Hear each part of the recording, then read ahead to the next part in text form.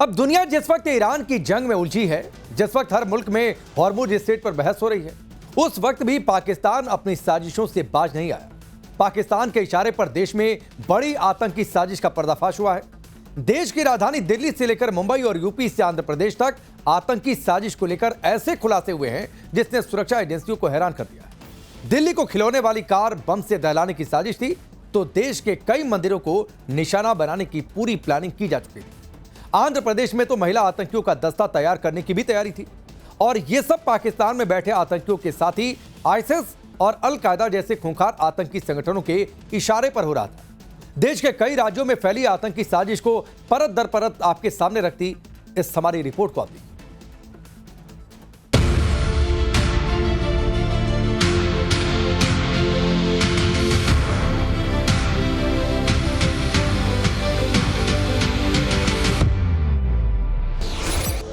मुंबई का मोसाद, मुंबई का ही मोहम्मद हम्माद, कुशीनगर का रिजवान, सहारनपुर का हारिश, बिहार के नालंदा का परवेज, आंध्र प्रदेश के विजयवाड़ा का रहमतुल्लाह शरीफ, ये वो नाम हैं जिन पर देश में रहकर देश को दहलाने की साजिश का संगीन इल्जाम है।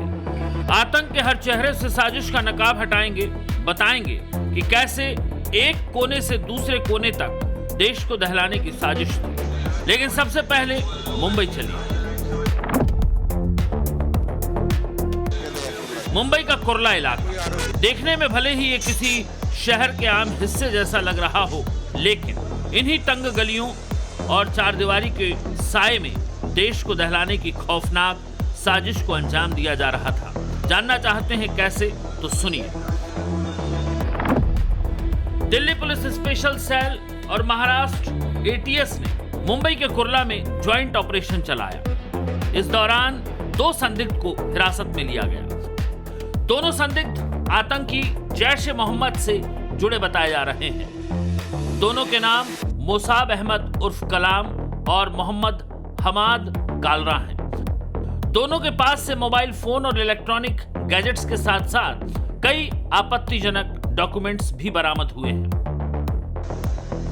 यानी मुंबई के छोटे से इलाके से देश की राजधानी में धमाकों की बड़ी साजिश को अंजाम देने की पूरी तैयारी कर ली गई थी। और ये साजिश कितनी खौफनाक थी, ये जानेंगे तो सहम जाएंगे।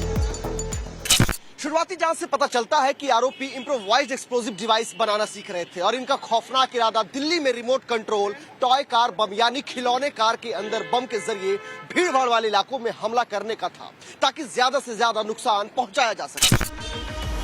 ये साजिश कितनी खौफनाक थी, ऐसे समझी जा सकती है।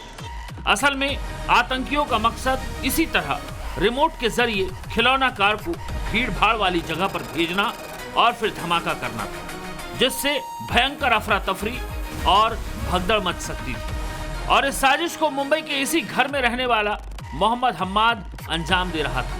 ये बात जांच में सामने आई है। हम इस समय एक आरोपी जिसे गिरफ्तार किया गया है उसी के घर पर हैं। हमाद सिद्दीकी नाम था उस लड़के का, और अभी फिलहाल जिस घर में वो कुर्ला में रहते थे वहां की तस्वीरें दिखा रहे हैं। छोटा सा ये घर है, पूरा परिवार एक साथ एक छत के नीचे रहता था। हमाद केवल 18 साल का था और अभी काफी युवा एज थी। बेटे की गिरफ्तारी को लेकर गिरफ्तार संदिग्ध हम्माद के पिता का क्या कहना है, वो भी सुनिए। ये लोग, मेरा बच्चा जो है ये तो कुर्ला के बाहर नहीं निकलता था। आप दिल्ली की बात कर रहे हो। इसको कभी चेंबूर, कभी हॉस्पिटल जाना पड़ जाता था परेल से, तो मेरे को पूछता था कि कौन से प्लेटफॉर्म से जाना है, क्योंकि अपने वहाँ 2 प्लेटफॉर्म है, हर्बर और ये सेंट्रल। तो वो पूछता था कहाँ से जाऊं, कोई स्टेशन जाना पड़ जाता था बाय चांस, तो ये पूछता था। ये कुर्ला के बाहर नहीं निकलता था। इसकी सर्कल खाली कुर्ला तक की है, इसकी ताकत खाली कुर्ला तक की है। तो ये क्या दिल्ली की बात करेगा और क्या दिल्ली का काम करेगा, ये इल्जाम लगाया जा रहा है मेरे बच्चे पर। मेरा बच्चा इनोसेंट है। मोहम्मद हम्माद के पिता भले ही कह रहे हो कि उनके बेटे का कुर्ला से बाहर तक जाना नहीं हुआ, लेकिन जांच में पाकिस्तान तक का कनेक्शन सामने आया है। पता चला है कि दोनों गिरफ्तार संदिग्ध न सिर्फ जैश ए मोहम्मद के हैंडलर अबू हुफैजा के संपर्क में थे, बल्कि प्रतिबंधित संगठन आईएसआईएस से भी गहराई से जुड़े हुए थे। दोनों ने मिशन खिलाफत ग्रुप और soldier of profit group join किया था। सूत्रों का कहना है कि 4 से 5 नाबालिग भी आईएसआईएस से प्रभावित है, जो इंटेलिजेंस के रडार पर है। अब दोनों संदिग्ध आतंकियों को दिल्ली लाया जा रहा है। दोनों से पता लगाया जा रहा है कि नेटवर्क में कौन-कौन लोग शामिल हैं, फंडिंग कहां से हो रही है। दिल्ली पुलिस के अलावा कहां-कहां धमाके करने की साजिश थी। लेकिन एक बात साफ हो गई कि आतंकी संगठन आईसिस की जड़ें देश में पैर पसारने लगी है। 2 दिन पहले ही दिल्ली पुलिस की काउंटर इंटेलिजेंस की टीम ने यूपी के कुशीनगर से रिजवान नाम के एक आतंकी को पकड़ा था। आतंकी रिजवान न सिर्फ आईसिस के लिए भर्ती कर रहा था, बल्कि भारत को इस्लामिक स्टेट बनाने के लिए भी काम कर रहा था। चेहरे पर हल्की दाढ़ी और ज़हन में देश को दहलाने की साजिश, ये तस्वीर रिजवान की है, जो रबड़ी की दुकान की आड़ में आईएसआईएस का बहुत बड़ा नेटवर्क चला रहा था। पुलिस ने जब देश के खिलाफ इसकी साजिश का कच्चा चिट्ठा खोला तो हैरान रह गई। आतंकी रिजवान की साजिश कितनी खौफनाक थी, जानना चाहते हैं तो सुनिए। पूछताछ में खुलासा हुआ कि आतंकी रिजवान के निशाने पर भारत के कई अहम धार्मिक स्थल थे। कुशीनगर में बम बनाने के सामान के अलावा बम असेंबल भी कर रहा था। इतना ही नहीं, इसे बम बनाने का पूरा तरीका सीरिया से वीडियो कॉल पर लिखवाया गया था। रिजवान विदेश में मौजूद आईएसआईएस के हैंडलर से सोशल मीडिया के जरिए जुड़ा हुआ था। पुलिस ने इसके पास से बम बनाने के भारी सामान बरामद किए हैं। इसके अलावा कई आपत्तिजनक डॉक्यूमेंट्स और जिहादी लिटरेचर भी मिला है। रिजवान को भारत को इस्लामिक स्टेट बनाने का टारगेट दिया गया था, जिसके लिए रिजवान को लड़कों की आईसिस में भर्ती का टास्क भी सौंपा गया था। आतंकी रिजवान 2015 में आईएसआईएस से जुड़ा था और तभी से आईएसआईएस के साथ पूरी तरह एक्टिव है। 2015 में ही रिजवान को आतंकी गतिविधियों के लिए मुंबई में अरेस्ट किया गया था। तब उसे मुंबई की मशहूर ऑर्थर रोड जेल में बंद रखा गया था। जेल से बाहर आकर वो फिर से अपने आतंकी काम में लग गया। आतंकी रिजवान अहमद देश में सोशल मीडिया के जरिए आतंकी युवाओं का ब्रेन वॉश करके उनका रिक्रूटमेंट करता था। आतंकी रिजवान के घर वालों का क्या कहना है, ये भी सुनिए। देखिए, हम लोग भारत के रहने वाले हैं, हम भारतवासी हैं और भारत से हमको मोहब्बत है, प्रेम है। अगर लड़का मान लीजिए कोई गलती करा है तो उसको सजा मिलनी चाहिए।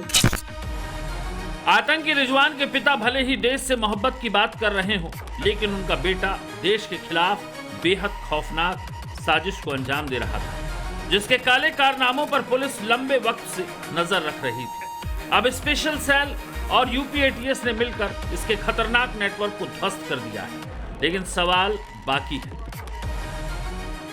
सवाल यह है कि देश में आईएसआईएस और पाकिस्तान के पैसे पर पलने वाले कितने आतंकी हैं? क्या मुनीर के इशारे पर हिंदुओं के खिलाफ एक बार फिर साजिश हो रही है?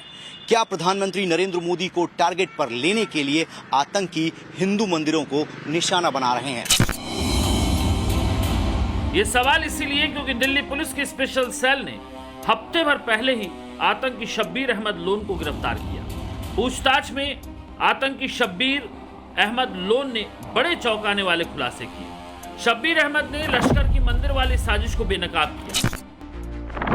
बताया कि लश्कर आतंकी के टारगेट पर देश के बड़े मंदिर थे। दिल्ली के कालकाजी मंदिर, लोटस टेम्पल, छतरपुर मंदिर की रेकी हुई। मंदिरों की रेकी के बाद वीडियो पाकिस्तान में बैठे लश्कर के हैंडलर को भेजा गया। दिल्ली के कनाट प्लेस में भीड़भाड़ वाले मार्केट की भी रेकी की गई। शब्बीर अहमद लोन ने खुलासा किया कि पाकिस्तानी खुफिया एजेंसी आईएसआई और लश्कर के टॉप आतंकी बांग्लादेश में टीआरएफ की तरह नया आतंकी संगठन बनाने की कोशिश में लगे हैं। शब्बीर अहमद लोन लश्कर का वो सरगना है जो 26/11 हमले के मास्टरमाइंड हाफिज सईद से सीधे तौर पर संपर्क में था। जकीउर रहमान लखवी से भी जुड़ा हुआ था। शब्बीर अहमद पाकिस्तान में आतंक की ट्रेनिंग भी ले चुका है और फिर बांग्लादेश से ऑपरेट कर भारत के खिलाफ साजिश रच रहा था। शब्बीर अहमद लोन इससे पहले स्पेशल सेल ने 2007 में गिरफ्तार किया था। तब इसके पास से AK-47 और हैंड ग्रेनेड पकड़े थे। उस केस में इसको सजा भी हुई थी। उस वक्त ये टारगेट किलिंग करने आया था। ये हाईली ट्रेन टेररिस्ट है। पाकिस्तान से जो उनकी 2 ट्रेनिंग होती है, दौरा याम, दौरा खास, ये दोनों कर चुका है। मुजफ्फराबाद से ये ट्रेनिंग कर चुका था पहले ही, और उसके बाद सब्सिक्वेंटली ये फिर अरेस्ट हुआ 2015 में। पुलिस के मुताबिक शब्बीर दिल्ली, कोलकाता और तमिलनाडु में आतंकी गतिविधियों के लिए युवाओं की भर्ती करने की तैयारी में था। खास बात ये पूरा नेटवर्क पाकिस्तान की खुफिया एजेंसी ISI के इशारे पर ऑपरेट हो रहा था। लेकिन आंध्र प्रदेश के विजयवाड़ा में इससे भी बड़ी साजिश रची जा रही है। आंध्र प्रदेश में बड़े आतंकी नेटवर्क का पर्दाफाश हुआ है, जहां पर महिलाओं के हाथों में हथियार थमाकर देश को दहलाने की साजिश रची जा रही थी। खास बात यह है कि इस नेटवर्क के जो ऑपरेटर्स हैं, उनका सीधा कनेक्शन पाकिस्तान और अफगानिस्तान में बैठे ISIS और अल-कायदा के आतंकियों से था। 2 हफ्ते पहले आंध्र प्रदेश पुलिस ने मोहम्मद रहमतुल्लाह शरीफ, दानिश और सोहेल बेग नाम के इन तीनों संदिग्धों को विजयवाड़ा से गिरफ्तार किया था, जिनसे पूछताछ में ऐसा खुलासा हुआ जिसने सुरक्षा एजेंसियों को हैरान कर दिया। जांच में पता चला कि गिरोह महिलाओं को अलग से भर्ती कर खवातीन विंग बनाने की योजना बना रहा था, जिसमें खासतौर से महिलाओं को भर्ती किया जाना था। आरोपियों में से एक सईदा बेगम पर पाकिस्तान और जम्मू कश्मीर में गुर्गों से संपर्क बनाए रखने और नेटवर्क में महिलाओं की भर्ती में मदद करने का शक है। महिला कैडरों को कट्टरपंथ प्रचार और भर्ती में मदद के लिए ट्रेनिंग दी जा रही थी। पूरे गिरोह की अगुवाई मोहम्मद रहमतुल्लाह शरीफ कर रहा था। खास बात यह कि इस टेरर नेटवर्क के तार पाकिस्तान, अफगानिस्तान, सीरिया, बांग्लादेश से लेकर ISIS तक फैले थे। देश के एक छोर से दूसरे कोने तक जिस तरह आतंकी साजिशों का पर्दाफाश हो रहा है, उसने जांच एजेंसियों के माथे पर शिकन ला दी है। सवाल यह है कि क्या मिडिल ईस्ट में छिड़ी जंग के बहाने पाकिस्तान किसी बड़ी साजिश की तैयारी में तो नहीं। सवाल यह भी कि देश में रहकर, देश का खाकर, देश के खिलाफ साजिश करने वालों का परमानेंट इलाज कैसे होगा। मुंबई, दिल्ली, यूपी से लेकर आंध्र प्रदेश तक आतंकी साजिश की कड़ियां जुड़ रही हैं। उससे आने वाले दिनों में और भी बड़े खुलासे हो सकते हैं। ब्यूरो रिपोर्ट, टाइम्स नाउ, नव भारत।